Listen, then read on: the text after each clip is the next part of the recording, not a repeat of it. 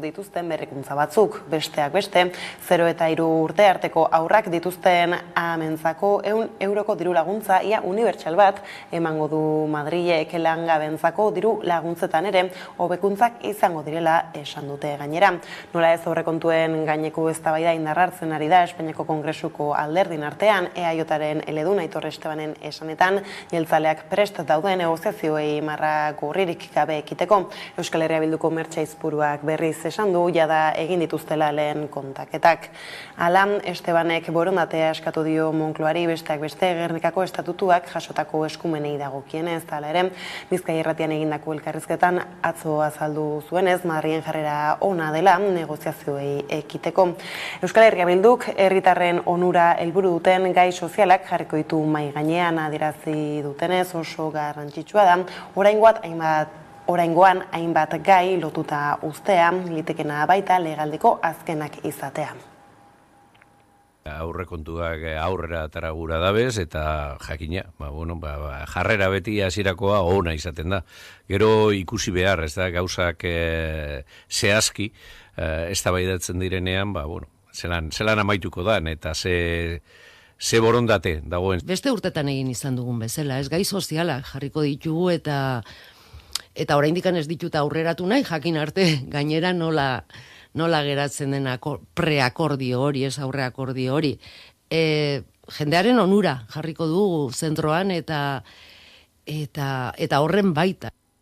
Arratsaldeon guztioi laster helduko diogu bueltan aurrekontuen aferari, lehenago baina ekonomiarekin lotuta ere, bada gaurkoan aipatzeko beste lerrobururik, iraiak 1851 langabe gutxiago utzi ditu Hego Euskal Herrian zehazki, iraiaren amairan 142.868 pertsona zeuden Hego Euskal Herriko enplegu bulegoetan izena eman da, gobernu espainiarrak eta lakuak eman dituzten datuen arabera. Nafarroan soilik egin du gora langabe kopuruak, Alfonso Gurpegi enplegu sailburu ordeak egin du Euskal Autonomia Erkidegoko datuen balorazioa.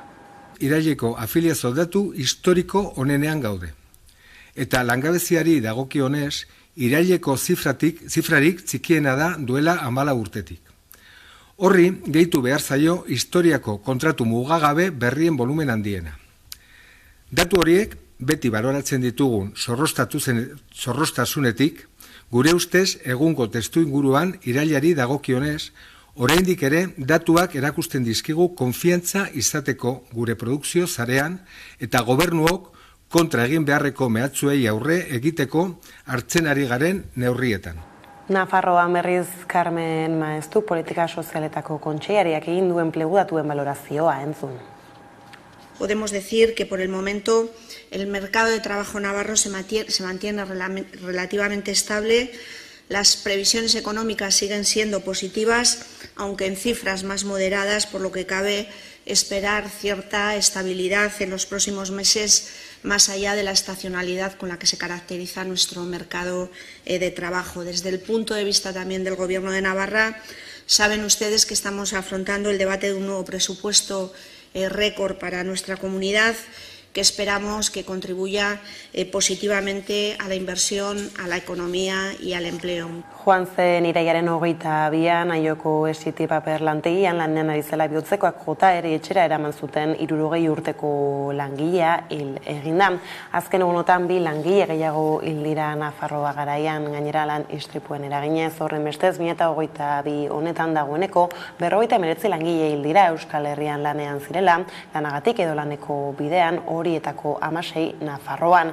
Aioko ezbeharraz aparte eren egun jakin zenez, abere baten adarkaden ondorioz 42 urteko langile bat hil zen, Muniainen istripuaren nondik norako endatu gehiago ez dago oraindik, baina itxura batean lan segurtasun protokoloak ez ziren bete, bereziki arriskutsua izan ohi den orain arren erroaldian.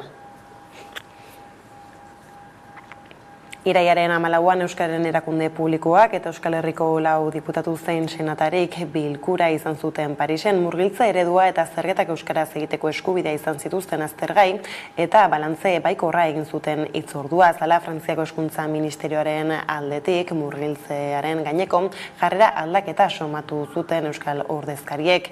Gurean Peio Jora Jurias askako lehendakaria izan dugu gaur, gonbidatu nagusi gisa eta baikor izateko arrazoi ez galdetu diogu. Irailaren 14 izan den bilkura horrek aldaketa bat ekarri du eta baikortasun bat ekartzen digu. Hautetsiek lortu dute estatuaren engaiamendua, murgiltze eredua eta Euskararen erakaskuntza ez gehiago unkitzea, ez gehiago erasotzea. Alde hortaik biziki baikor. Baina badakigu, zemen dute frenteki erasotzen murgiltzea, bazterretako gai guzietan baitugu oztopoak. Hori gauzatzeko, plantan ezartzeko zailtasunak baditugu eta administrazioak ditu oztopoliak ezartzen, izan adin azterketetan, irakasleen formakuntzetan, egoitza publikoen finantzaketetan, beraz alde hortaik lana badugu oraindik. Bada iparraldeik mugitu gabe Euskal Elkargoak Euskaraldirako areguneak identifikatuko ditu. Aurten ere Ipar Euskal Herriko instituzioen babesa izango du Euskaraldiak horrela 40.000 euroko laguntza eman dute Euskaren erakunde publikoak eta Euskal Hirigune Elkargoak. Horrez gain Antxon Kurutxarri hizkuntza politikarako lehendakari ordeak esan du Elkargoan ariguneak identifikatzen ari direla kanpora eta barnera begira. Eta gaizalatuta Espainiako Auzitegi Nazionalak uko egin dio Mikel Albizu eta Ramon Sagarzazu Euskal Herritarrak behin-behinean espetxeratzeari, baina Espainiako estatutik ateratzeko debekua eta hilean behin epaitegietan aurkezteko betebeharra ezarri dizkio Albizuri. Epaiaren aurrean deklaratu dute biek eta 2002an Santa Polan egindako atentatu batekin lotuta.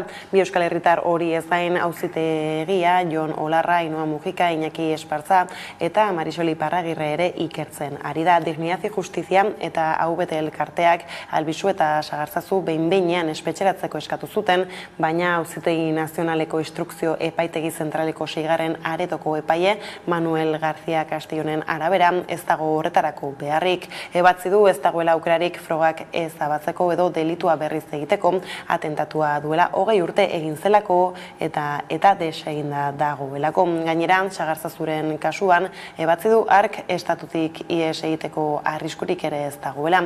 Epaia ikertzen ari den gainerako herritarrak espetxeratuta daude egun. Bestlaetik Euskal Herriko Unibertsitateko Kulturaren Ondare eta Paisaia Ikerketa taldeak zenbait objektu aurkitu ditu Berbeiako gotorlekuan. Aurkipen horien arabera bertan izan daiteke Euskal Autonomia Erkidegoko Gaztelu Zaharrena. Belen Bengoetxa Ikerketa taldeko kideak azaldu digu zergatik den Gaztelu Zaharrena hori entzun. Momentuz behintzat zaharrena dela esan behar dugu. Segun aurkitu dugu materiala, 6., 7. mendeko izan daitekeena, eta momentu honetara arte gure autonomia erkidegoko gazteluak eta 10. mendean, 11. mendean fetxatuak dira, lehen okupazio faseak. Eta beraz, gaztelu hau da, momentuz behintzat, eta besterik, agertuko dira gian beste batzuk, baina momentuz behintzat zaharrena. Nazioartera begira berriz, lerroburuekin bukatzeko, Aita Maria Erreskate ontzia Mediterraneoko uretara itzultzeko prestaketetan murgilduta dago, migratzaileek itsasoan bizia galez dezaten lanean jarraitzeko asmoz. Kontua da Giorgia Meloniren garaipenak kezka piztu duela Italian, besteak beste, migrazioarekin bukatzeko erakutsi duen asmoagatik. Bada Izaskun Arriaran, Aita Maria ontziko voluntarioak iritzi dio gaur gurean gaiari.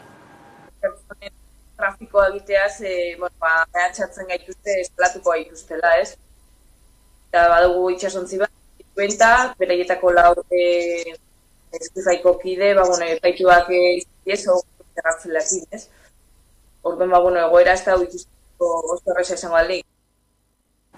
Eta eguneko lerroburuak horrela, heldu eguneko argazkiari une batetik bestera onartuko dute Madrilen 2023 urteko aurrekontuen lege aurre proiektua, PSOEk eta Unidas Podemosek akordioa itxi eta gero. Datorren urteko aurrekontuei begira halako analisia egin du gurean Iñigo Aduriz, eldiario.eseko kazetariak adi. Geroz eta diru gehiago emango da ongizate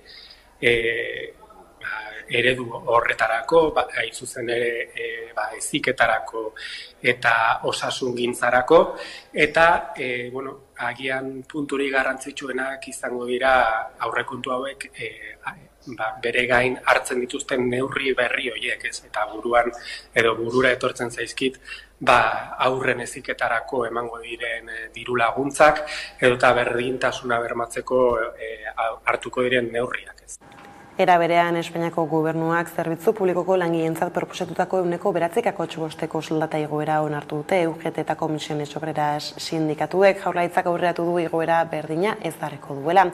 Nafarroako gobernuak aldiz 3% igoerarekin ari da prestatzen aurrekontuen proposamena. Honen aurrean, ELAk eta LABek irmoki salatu dute igoera Espainiako estatuan negoziatu izana. Espainiako gobernuak zerbitzu publikoko langileentzat proposatutako soldata igoera onartu dute UGTek eta Comisiones Obrerasek. He decidido aceptar la oferta que nos ha hecho el gobierno en la mesa de diálogo social. SESIP sindikatuak berriz errefusatu du proposamena. Los empleados públicos vamos a volver a perder capacidad adquisitiva, vamos a volver a perder dinero. Bada Euskal Herriko zerbitzu publikoko langileen soldatak 9,9% igoera izango du. Aurten 3,5% igotzea adostute 2023an 2,5% eta 2,2% 2024an. Espainiako estatu osoan zerbitzu publikoko sektoreak soldata igoera izango du eta Jaurlaritzak aurreratu du igoera berdina ezarriko duela. Nafarroako gobernuak aldiz soldatak 3% igota ari da prestatzen aurrekontuak. 2010tik Madrilek finkatzen du administrazio guztietako langile publikoen soldata igoera. Hala ere, ELAk eta LABek uste dute Euskal Gobernuek badutela funtzionarien baldintzak zehazteko eskumena. Egon, badira ere aukerak eta badira gauzak egiteko egun egiten ez direna. Eta hori da funtsian planteatzen duguna, baina jakina badagoela bide bat eta esploratu behar den bide bat da hori. Igoerak, baina bai, nire ustez dela eskuzantzua Urkulluren partetik azkenean hor gertatzen dena da ez dagoela bere aldetik nahia hori negoziatzeko. Eskaintza hori kapilaren oso betik legoke bai behintzat lehen bi urteetan. Noski hori ez nahiko igora bat da, dira. 8% bat 3 urteetan, eta urten ja KPIa dago 9,9 okerezonak, ordan. Bada mezu argia bidali diete EAJari eta EH Bildurik. KPIaren araberako igoerak aplikatzea ezinbesteko baldintza izan beharko lukeela aurrekontu horiek babesteko. Eta guk esaten dugu hemen EH Bilduk eta PNVek planteatu behar dute, Madrilen urrengo aurrekontuekin lotuta zegertatzen den Espainiatik jarri zaigun muga honekin, ez? Nafarroan €1.000.000 diru galera suposatu duen azpiegitura da Los Arcoseko zirkuitua, auto eta kotxe lasterketak burutzeko eraiki duen UPN duela 12 urte. Eta urtez urte diru galerak besterik ez dizkio ekarri Nafarroako aurrekontuei, Sandra Urra.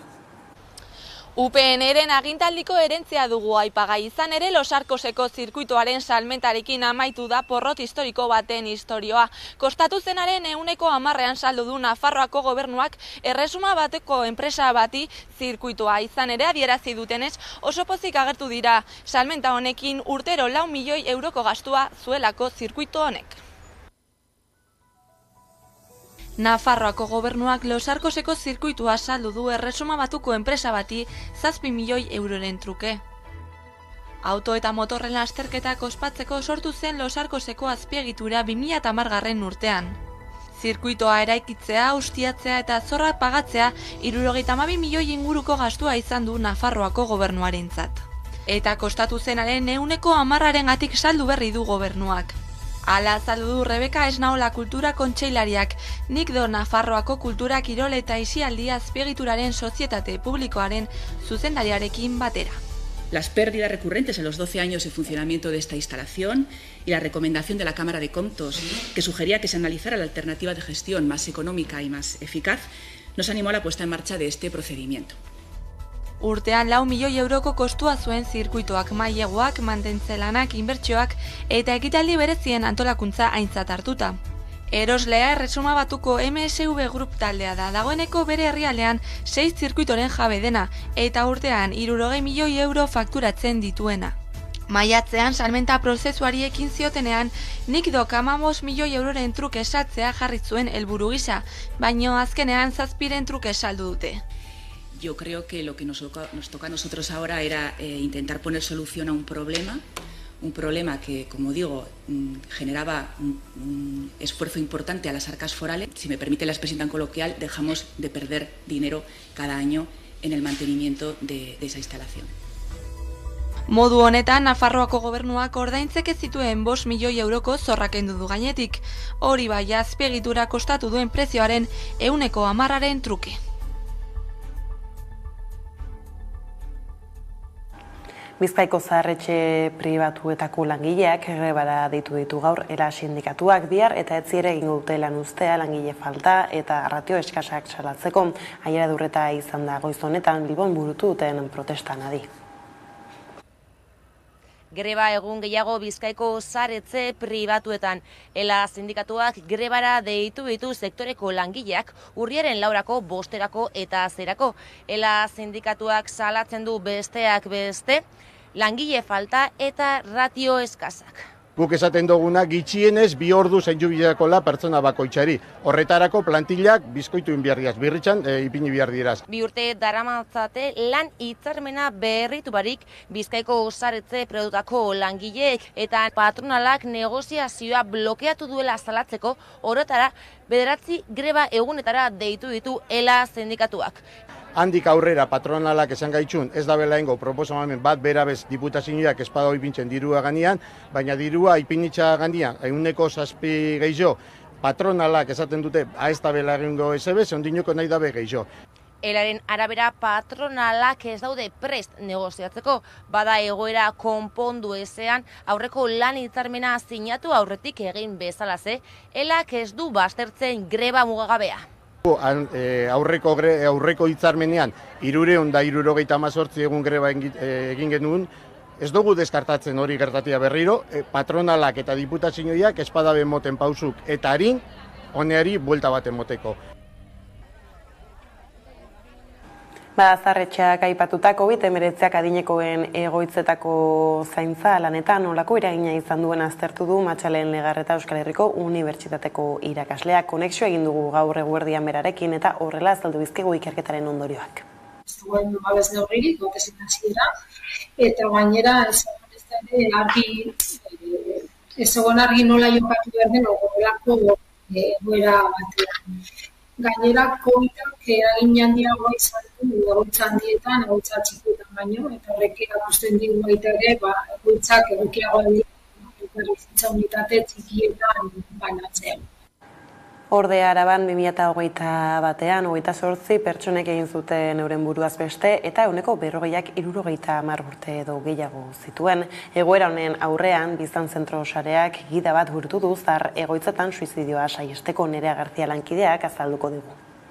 Osasunaren mundu erakundeak ohartarazi duenez, suizidio kasu gehienak saiez ditzakegu.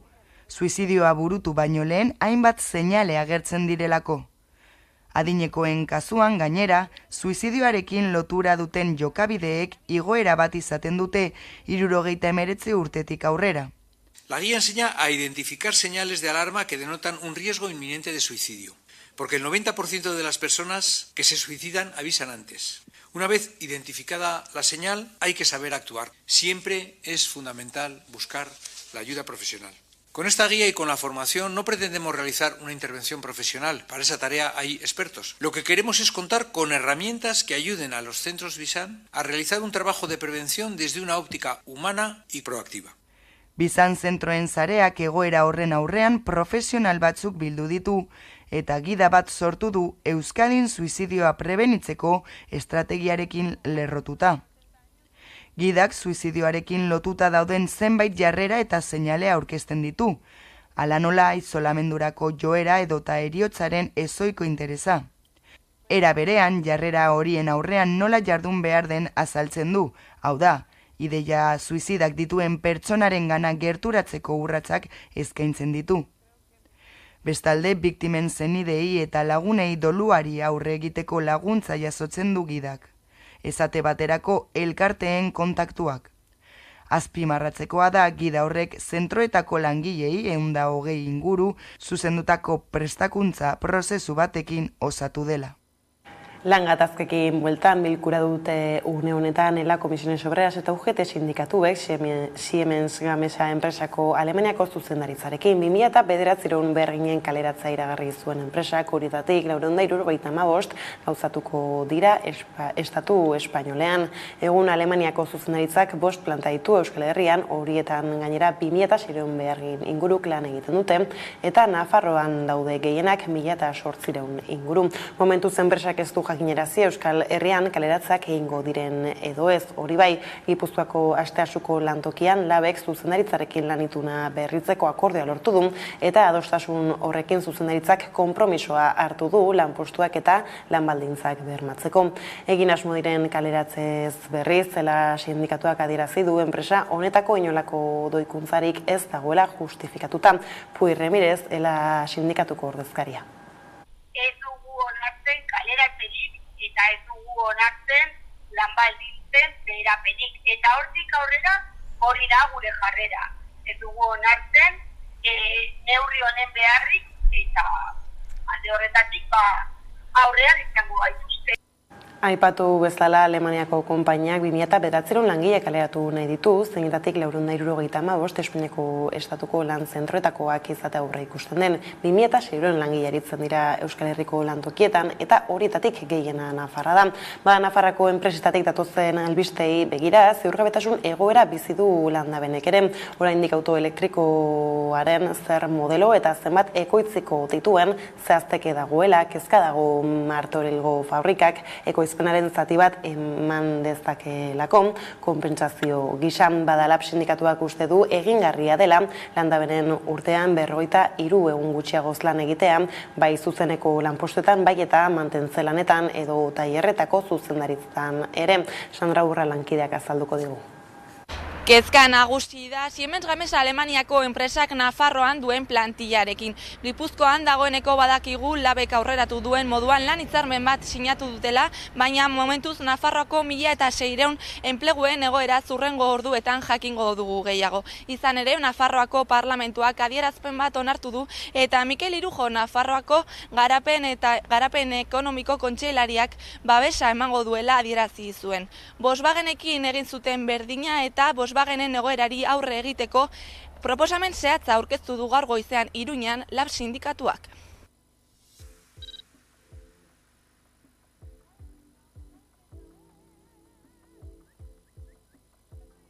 Langile hauentzako negoziazio kolektiborako duten eskubidea aitortzea eta lan baldintza. Baztertzea eztabaida edo lei faltsuak lantegi desberdin. Arazo txikiat izan dugu Volkswagenen korte horrekin, orain berriro ikusiko dugu bueltan, Adi.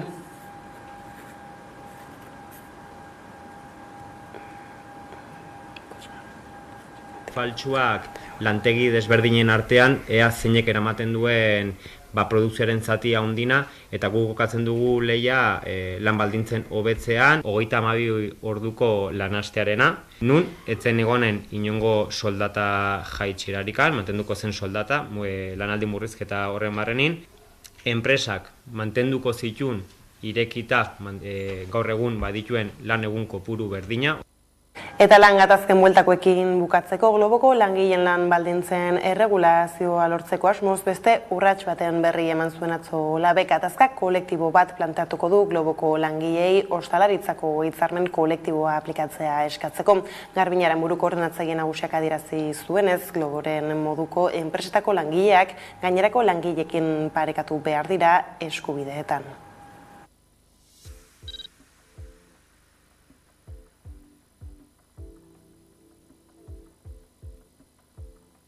Langile hauentzako negoziazio kolektiborako duten eskubidea aitortzea eta lan baldintzak arautzeko marko arautu bat ezartzeko borroka edo apustua, ez?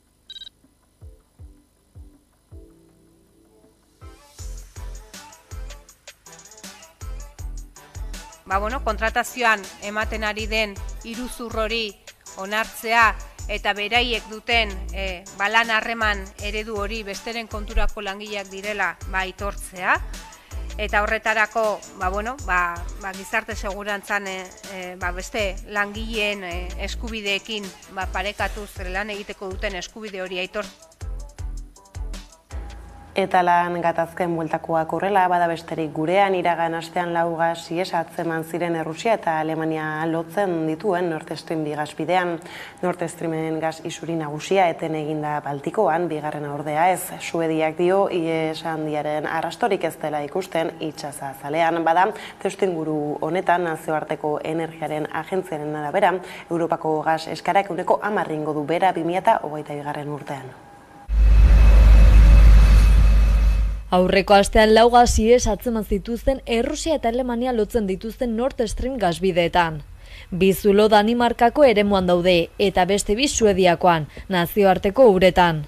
Bada astebetera Suediako itsasguardiako hartarazi du Nord Stream 1 gasbidean izandako 2 ihesetako batean arrastorik ez dela jada. Aldiz bigarren ihesak emari handitu du Bornholm uhartetik gertu. Testuinguru honetan gasa hornitzeko bide garrantzitsu bat mozteaz gain, gas ihesak kalte handiak eragiten ditu ingurumenean. Gasbideak zituen 300.000 tona metano inguru isurtzen ari baitira. Gasa ez da arriskutsua itsasorako, baina bai atmosferarako. Izan ere gas hori CO2 baino kaltegarriagoa da eta berotze globalerako halako ihesa 7,5 milioi tona CO2 isurtza da. Adibidez, gas hori Danimarkak urtebetean isurtzen duenaren herena da gutxienez. Datuak ikusita hondamendi ekologiko handi baten aurrean gaude, oharkabean pasatzen ari den hondamendiaren aurrean. Izan ere gas ihes batek ez du irudi ikusgarririk uzten, baina klimak luzaroan jasango ditu ondorioak. Oraindik zehazteko dago hondamendi ekologikoaren neurria, isuriak direla eta. Bien bitartean Errusiako Gazprom gas konpainiak adierazi du Nord Stream gasbideen presioa egonkortu egin dela oro har. Gauzak horrela nazioarteko energiaren agentziak gasaren eskaerari buruzko hiruileko txostena argitaratu du, eta azpimarratu du Europa gas gutxiagorekin moldatu beharko dela 2022 urtean. Eskaera 10% jaitsiko dela aurreikusi du energia agentziak. Horren arrazoi nagusiak zeintzuk dira, prezioen gorakada eta Errusiako gasaren itxiera.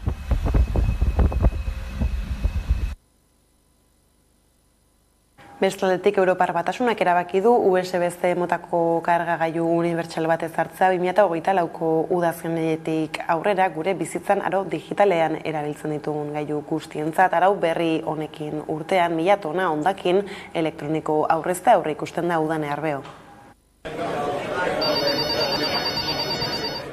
Kargagailu bat mugikorrerako, beste bat tabletarako, 3. bat kamera digitalerako, bideokontsolarako, entzungailuetarako eta Europak aski dela dio. Europar Batasunak erabaki du USB-C modako kargagailu unibertsal bat ezartzea gure bizitzan aro digitalean 2024ko udazkenetik aurrera lagun ditugun gailu guztientzat. Today we are replacing this pile of chargers with just this. Baina gailu elektroniko guztietarako kargagailu bakarra izatea ez da abantaila bakarra. Thierry Breton Europar Batasuneko barne merkatuko komisarioak azaldu duenez, arau berri honek 1000 tona hondakin elektroniko aurreztuko ditu urtean. Eta hori arau bakar baten bidez. Gainera urtean ia 200 kilo CO2 murriztuko lirateke. Alegia 10 milioi smartphone eta 2600 tona lehen gai. 2,600 tons. Eta badakigu gaur egun lehen gaien egoera inoiz baino kritikoagoa dela. Our materials more than ever. Araudiak alferrikako erosketak eta materialak alferrik galtza saiestuko du. Estandarizazio horretatik libratzen dira ordenagailu eramangarriak, errele adimendunak eta USB-C bere tamainagatik jasaten ez duten gailu txikiak. Europako Parlamentuak astearte honetan emango dio argi berdea mugikorrak eta bestelako gailu elektronikoek kargagailu mota bera erabili beharko dutela dioen lege berriari. Legea onartzeko oraindik USB-C erabiltzen ez duten Apple bezalako enpresa boteretsuen erresistentzia gainditu behar izan da. Baina zenbait filtrazioen arabera, Apple ere 2023ko irailean hasiko da USB-C sarrera bere mugikorretan jartzen. Argi dago arau aldaketa horrekin Applek bere produktuak Europar Batasunen saltzen jarraitu nahi badu, arau berria indarren jartzen denerako egokitu egin beharko dela.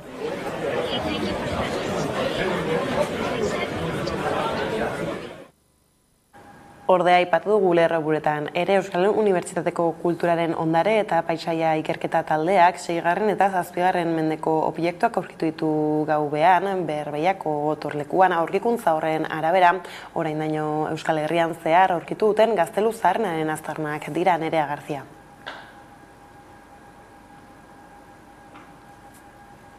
Euskal Unibertsitateko Kulturaren Ondare eta Paisaia Ikerketa taldeak 6. eta 7. mendeko objektuak aurkitu ditu gaubean, Berbeiako gotorlekuan hain zuzen ere.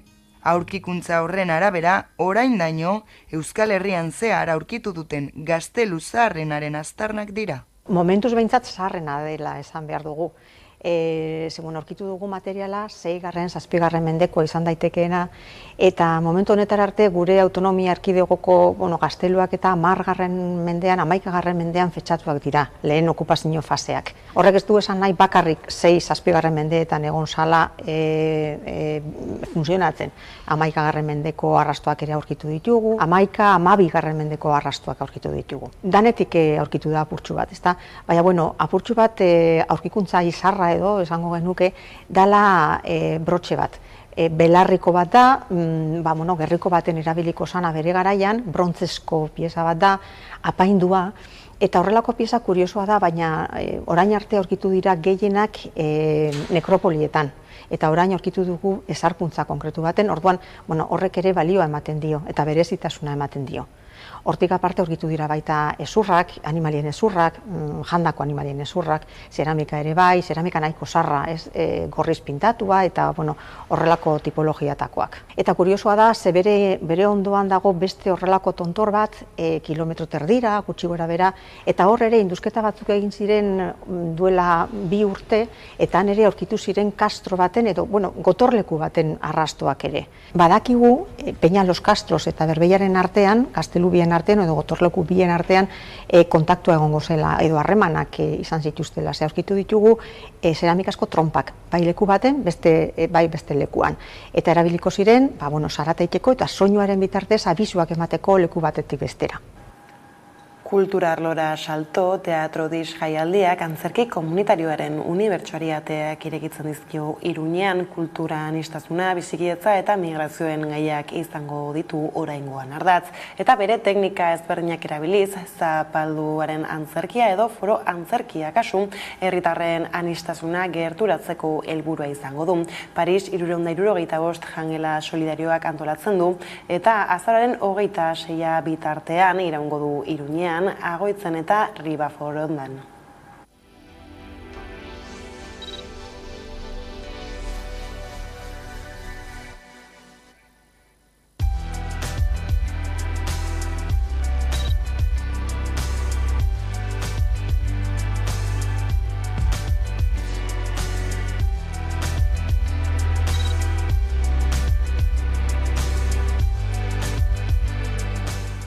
Desde esta idea de la escena como un lugar que puede propiciar el encuentro, la empatía, la conexión y dar voz a otras historias, desde esa mirada es desde las que estamos articulando uno de los talleres que toman forma dentro de Teatro Dix, que tiene que ver con creación comunitaria en torno a los temas de la interculturalidad y la convivencia. El valor y la importancia que tiene el ámbito de la cultura para promover y ayudar y facilitar a todas aquellas personas que se encuentran en una situación de vulnerabilidad y de exclusión social, lo que es la participación social, que es uno de los ejes importantes de integración social, pero luego también hacer ver al resto de la sociedad el valor que tienen estas personas.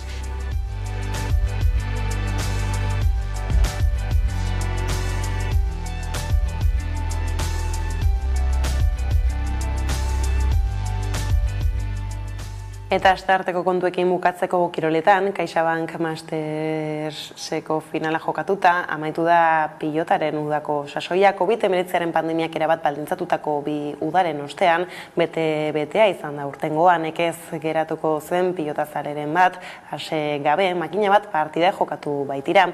Pilotarientzat berriz garai oso trinkoa izan da, ia 4 hilabete iraun baitu sasoiak eta ia ez baita egon etenik. Bada ez da etenik egongo orain ere ostiralean hasi baita denboraldiko lehen txapelketa, eskuzko pilota enpresen ligaren 4:30.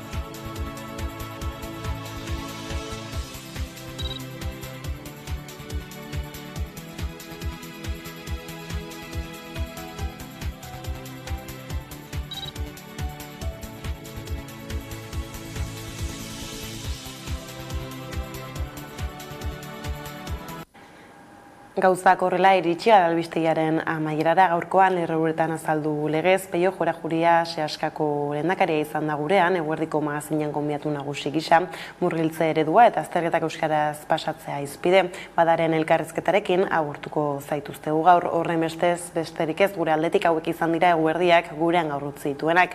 Guztiak eta gehiago nahi duzuen aldiro, 11.satarian ondo izan eta bihar arte. Jauzi digitalari esker, telebista guztietan ikus daiteke aurrerantzean 11 telebista. Edozein etxetatik 11 zuzenean zein nahieran ikusteko aukera ematen digun aplikazioa aurkeztu baitu 11ak. Aplikazio hau instalatzeko Google Play plataforman 11 bilatu, klikatu, deskargatu eta abian jartzea besterik ez duzue.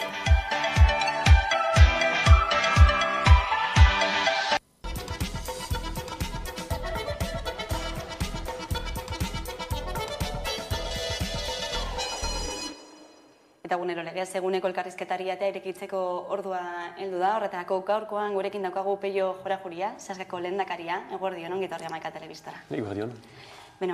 Frantzeko Hezkuntza Ministerioaren aldetik murgiltzearen inguruko jarrera aldaketa somatu zuen Euskararen erakunde publikoak eta baita ere hautetsiek egindako azken bilera horretan duela hilabete bat. Baikor izateko arrazoi horiek konpartitzen dituzue zuek ere? Gu beti baikor gira. Seaskan ez bagina baikorra, ditugun oztopoekin ez gina intzinatuko. Bai, irailaren 14an izan den bilkura horrek aldaketa bat ekarri du eta baikortasun bat ekartzen digu. Hautetsiek lortu dute estatuaren engaiamendua, murgiltze eredua eta euskararen erakaskuntza ez gehiago unkitzea, ez gehiago erasotzea. Hor, alde hortaik biziki baikor. Baina barakigu, ez dute frenteki erasotzen murgiltzea, bazterretako gai guztietan baitugu oztopoak. Hori gauzatzeko, plantan ezartzeko zailtasunak baditugu eta administrazioak ditu oztopoak ezartzen, izan adin azterketetan, irakasleen formakuntzetan, egoitza publikoen finantzaketetan, beraz alde hortaik lana badugu oraindik. Eta zen motatako estrategiak bideratuko dituzuen mendik aurrera edo ez dakite beste bileraren bat badagoen dagoeneko jarrita? Momentuko erantzun baten behar gira. Hautetxien parean ministeritzaren gaitu zen erantzun bat ematea epe laburrean bereziki brebetaren gaiari buruz, azterketen gaiari buruz, eta ez dugu oraindik erantzun hori. Horren behar egoki gira, baina badakigu, ez bada epe biziki labur batean heldu, jadanik 15 egun pasa dira eta ez dugu berririk, ez bada ondoko asteetan berriro ere mobilizazio fase batetarat abiatuko gira. Elgarrizketa esparruak ez ditugu etxi nahi, eta beti idekiak gira elgarrizketetarako, baina gaiak main gainan atxiki behar ditugu eta badakigu mobilizazioak dutela behartzen al ministeritza gai horita zaritzea. Hain zuzen ere urte honetan ere ikusi dugu zen nolako indarra izan duen azterketak euskaraz egiteko aldarrikapenak. Azken urte hau desberdinetik zerbait izan aldu? Agian aldatuko da. Agian mezua entzuna dute. Hori errandute ere, Parisetik hautetsiai, mezua entzuna dute, gure aldarrikapena ulertua dute, gibelapenak izan direla azken urteetan gai hori buruz onartzen dute, eta beharrezkoa dela ere onartzen dute. Hartuko ote duten engaiamendua hori zuzentzea, hori ez dakigu. Erantzuna baikorra bali badugu Parisetik brebetari buruz, borrokatuko gira basoari buruz, eta baitugu bi azterketa eta bietan behar ditugu entzinamenduak. Ezezkoa balitz bi gaietan, iaz bezala berriro kalerat jautsiko gira, okupazioak, aldarrikapenak, desobedentzia, bide hori hartu dugu iaz borroka hori irabazi arte, konpromesu hori hartu dugu ikasleen parean, borroka hori irabaziko dugu, eta ez baina dugu orai lortzen, bihar lortuko dugu. Ikasleak izan dira hain zuzen ere, hainbat mobilizazioen protagonista, zer diote gazte belaunaldiek? Bai, azpimarratzeko da, iaz brebetaren azterketan, beraz 14 urtetan genitzen den azterketa hortan, gure ikaslean eguneko 95% desobedientzian txartu da. Eta euskaraz egin du zientzietako froga hori, jakinez ez zela zuzendua izanen eta beren nota biziki txarraukanen zutela. 14 urtetan, hortan dira, desobedientziaren bidea hartzen. Hori ez da gure helburua adin hortan auto horiek egitea, guretako helburua da bidea errexaukan dezaten adin hortan eta erabeki horiek berantago arbitzaten. Baina haiendako ari gira, eiek ditugu lehen lehoan, bai ikasleak, bai gurasoak, bai irakasleak, denak loturik gira eta hori zor diegu gure aurrai. Euskaraz ikasteko zailtasunen adibide bat besterik ez da, brasoarena edo brebetarena. Zehaskako ikasleek euskaraz ikasten jarraitzeko asmotan, zenbatek hautatzen du Euskal Autonomia Erkidegoan jarraitzea ikasten? Azken urteetan, hain izan dugu gai hori eta intzinamenduak izan dira. Iazko ikasturtean, ikaslean eren batek hautatu du euskaraz segitzea basoaren ondotik ikasketak, eta hori borroka luze baten ondori bada. Ikasleak presiga horretarako, eta gero eta gehiagok nahi dute euskaraz segitu, baina oztopoak milaka badia. Badakigu, basoaren ondotik ikasketak egiteko, badira hainbat eskola desberdin, unibertsitate desberdin, eredu desberdinik nahi dienak, eta badugu muga bat. Muga hori gainditzeko, behar ditugu errestasun administratiboak, behar dugu nahikeri ona unibertsitate eta eskolen gandik, lortzen ditugu solaskideak, eta solaskideak baditugu laik, zubiak eraikitzen lortzen dugu.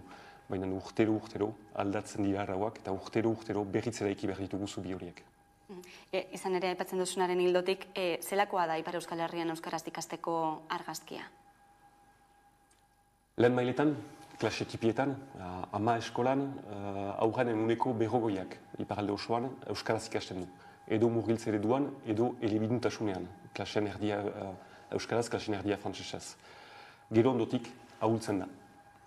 Bai, 6 urtetik goiti, hor murgiltzerik ez dago publikoan, irisarriko eskola aparte, murgiltzea sehaskan makrik egiten da, eta bigarren mailan ere kopuruak ahultzen segitzen dute.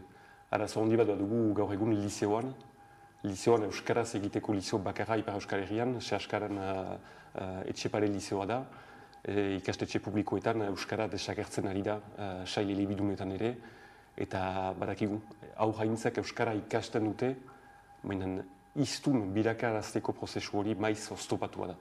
Eta hortan badugu lan bat, kolektiboki denek eremateko, euskaraz ikasten abiatzen den ikasle bat, eskolatik iztun oso atera behar baitu.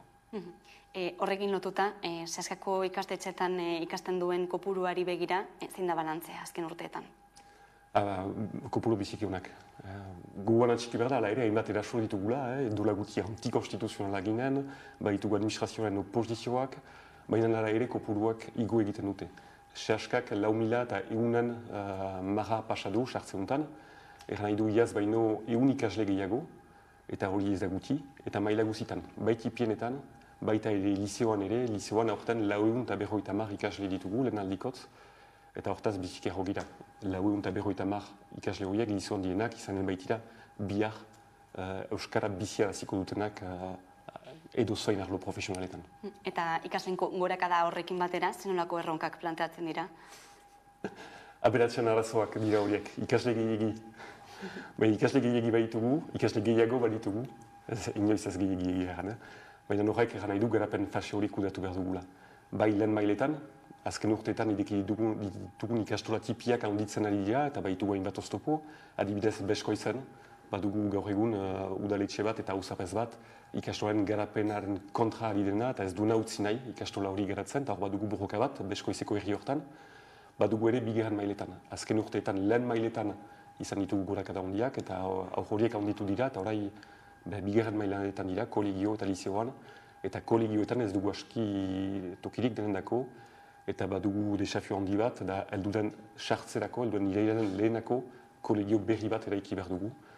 Obrak ez ditugu abiatuak, laster abiatuko ditugu, baina behar dugu 10 hilabetez lortu eraikitzen kolegio berri bat Senpereko eskualdean. Kurtso honen hasiera nolakoa izan da, aurreko urteko ziurgabetasun sentsazio berberarekin, ala nola baita apaldu da hori ere? Ez horai badakigu unkizinak girela alde hortaik. Sehaskaren eredua onartua da, Pariseraino onartua da gure eredua, eta hautetxeek lortu duten gehimendua ez dela erasotua izanen. Horrek lasaitasuna ekartzen digu. Baina gero eredua ez da gauza bakarra. Berritugu baliabideak, berritugu baimenak, berritugu signale azkarrak, berritugu azterketak. Badakigu opozizioa oraindik azkarra dugula eta borrokari lotu beharko girela gainditzeko oztopo guzi horiek. Pandemiaren osteko nolabait ezateko lehen kurtsoa izan da, behintzat neurri murriztailerik gabekoa, baina virusak oraindik ere gure artean bizirik dirau, gripea bezalaxe ez, beraz kontuz ibiltzeko modukoak ere izango litzateke ez? Bai, biztan dena, zaintzen dugu horbiletik, badakigu, baditugu oraindik kutsatuak direnak. Ez dira garai batean bezain landiosak, badakigu kutsatuak direlarik hauz batzu hori menperatzen eta ez sobera zabaltzen. Baditugu neurri berriak, sartu direnak pandemiaren garai hortan, eta atxiki ditugunak eta atxikiko ditugunak. Eskua garbitzea sistematikoki, maskara baliatzea erigilerarik, izan dadin birusa hori edo beste bat. Horiek ere praktika onak dira eta atxiki behar ditugunak zaintzeko gure burua, zaintzeko besten burua. Baina berri hona dugu harreman sozialari buruz genituen oztopoak pandemik garaian horiek genituak direla. Eta orai hurbileko harreman hori berreskuratu dugula eta hori beharrezkoa ginen gure eskoletan. Aurtengo ikasturtea ere baldintzatuta etorri da presioen gorakadarekin batera. Ez dakit Ipar Euskal Herrian ere gorakada horrek arazoak sortu dituen eskoletan eta ikasle edo irakasleengan. Hasten gira senitzen. Familien gandik momentuko ez dugu jarzun gehiagorik. Egia erran gure kotak askiapalak dira eta ez da presio arazorik alde hortaik. Langileen partetik senitzen dugu bai. Baitugu langile batzu, postu prekarioa izan direnak, izan adin irakasle hasi berriak edo aurrel barrituen laguntzaile diren postu horietan, hor soldatak bizikitipiak dira. Maiz denbora parzialak dira eta batzuek ere badute distantzia handia egiteko lanera joateko.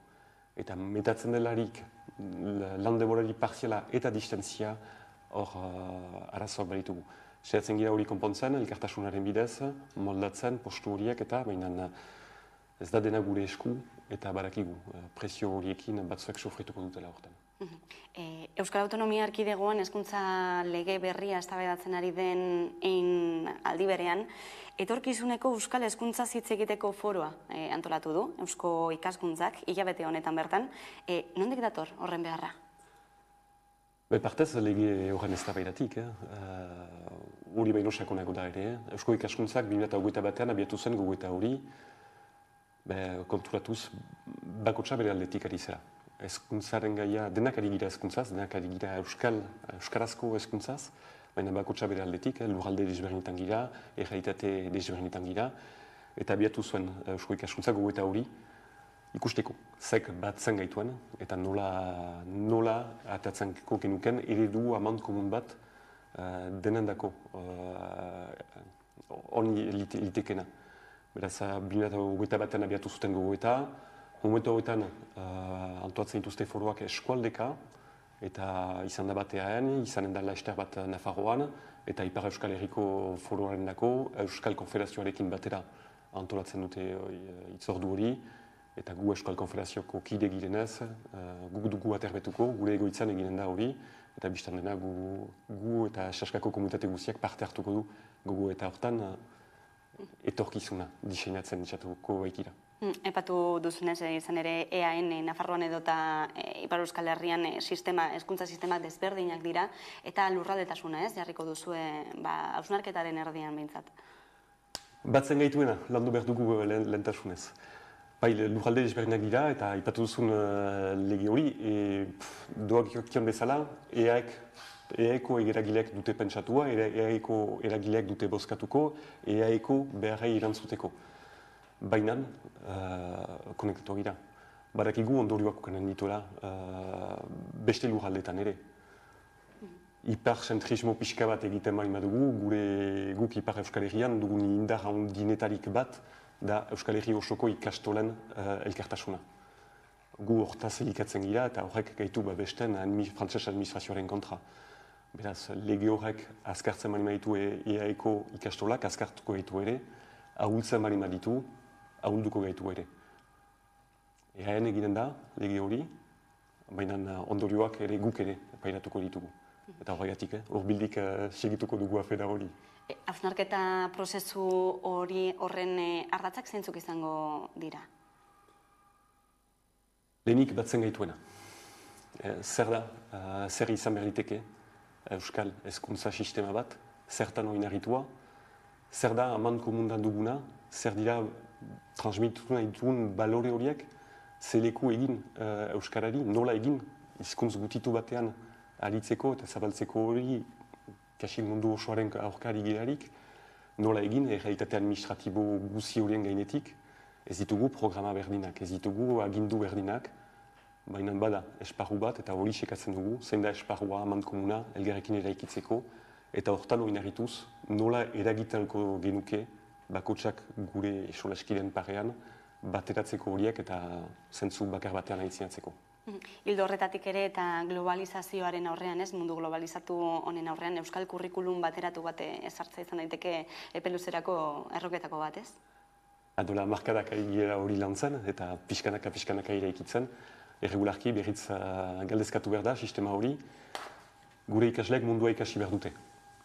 Benen ikasi behar dute ere mundua hemendik ikusten. Ameriketatik duten ikuspundua Netflixen ikasiko dute arazori gabe. Madridetik duten munduaren ikuspen hori Espainiol telebistatik ikasiko dute ere, edo dituzten pantaila guzietatik. Euskal hezkuntzak berdi erakatsi hemendik begiratzen mundu hori. Beraz ez da zerrakura bat, idekidura bat da ere, baina oinarritua gure historioan, gure geografian, gure realitatean, gure hizkuntzan, horiek guziak txertatu behar ditugu, eta arazoa da ez ditugula beti guk eraikitzen programak. Eta hezkuntza alorrak duen beste erronketako bat izango litzateke, ez? Inklusioari nola bide eman edo beste era batera zen da segregazioaren aurrean nola jokatu, ez? Ipar Euskal Herrian nola lantzen ari zarete hori? Hori ez dugu ean bezalako arazo bera bat ere alde hortaik. Etorkin hainitz pasatzen da Ipar Euskal Herritik, minan egia erran bidasoa zerkatzen duten etorkin horiek Pariseko bide hartzen dute biziki fite, eta helburu bakarra Parise dute, hori ikusten dugu, guti gelitzen da Ipar Euskal Herrian, beraz ez dugu masa berdina eta gero ez dugu bat ere sistema berdina. Eskolaren autua Frantzian biziki libre da, ezin da inposatu, guk ikastoletan denak onartzen ditugu. Alguziak egiten ditugu presioa ez dadin izan muga bat, edo zoinentzat, horregatik eta askia palak ditugu eta baditugu gria desberdinak diru iturri gutien dituztenak aukera ukan dezaten ikastola hautatzeko, baina hori Ipar Euskal Herrian beti burasoen autua gelitzen da eta hortan gelitzen da bakarrik. Eta beste erronketako batez, nola landu hezkuntza komunitatearen eta herri komunitatearen arteko harremana, ez? Zein punturainoko lotura izan beharko luke elkarlan horrek, nola sustatu hori, ez? Bai, hori beharrezko da. Hori saskaren oinarri bat da, eta ikastolan oinarri bat da. Ikastola batean, edo zen izan ikastola, burasoak partaide dira. Horrek desberdintasun handiak hartzen du, burasoak zentroan dira, burasoak erabakitzaile dira, eta diren hezkuntza kezka guziak burasoak berrituzte trinkatu behar. Irakasleen laguntzarekin eta irakasleen parte hartzailearekin, ikasleen parte hartzearekin ere, baina gure ereduan burasoa zentroan da. Eta ardura hori bere gain da. Guk aski naturalki egiten dugu, baina gero behar da ere hori gizarteratu. Barakigu, burasoa iniz ikusten ditugu, sartzen dienak sehaskan eta deskruboitzen dituztenak ezka guzi horiek, kanpoko munduak ez baititu prestatzen, bortxaz, hezkuntza gai horien garantzitsuaz jabetzen. Euskal Hezkuntza Foruaz hitz egiten ari garela, nola egin daiteke bertan parte hartzeko? Zer nolako aukerak daude horretarako? Hori biziki sinpleki interneten Eusko Ikaskuntzaren atarian badago imprimaki bat, izena emateko aukera eskaintzen duena, eta hitzordu guziak zehaztuak dira, eta deneri idekia da. Denek badugu zer egan hezkuntzari buruz, eta behar dugu absolutuki denen iritzia. Gai hori ez da egon behar pedagogoen arteko eztabaida bat, zinez gizarteratzeko nahia da, eta beraz bakotsak bere arlotik, bakotsak bere ikuspundutik badu ekarpena egiteko. Eta foro honen ostean aurreikusten da jarraipenik izatea? Bai, izanen da. Lehenik bateratu, ideia guziak, izan da, iaz abiatu da gogoeta, bai dira hainbat oinarri, hor sakonduko da, begiratuko da ere lujaldeka ikuspuntu berak ditugun edo ez, eta gero hori asko ikaskuntzak ukanen du lan potoloa hori bateratzeko,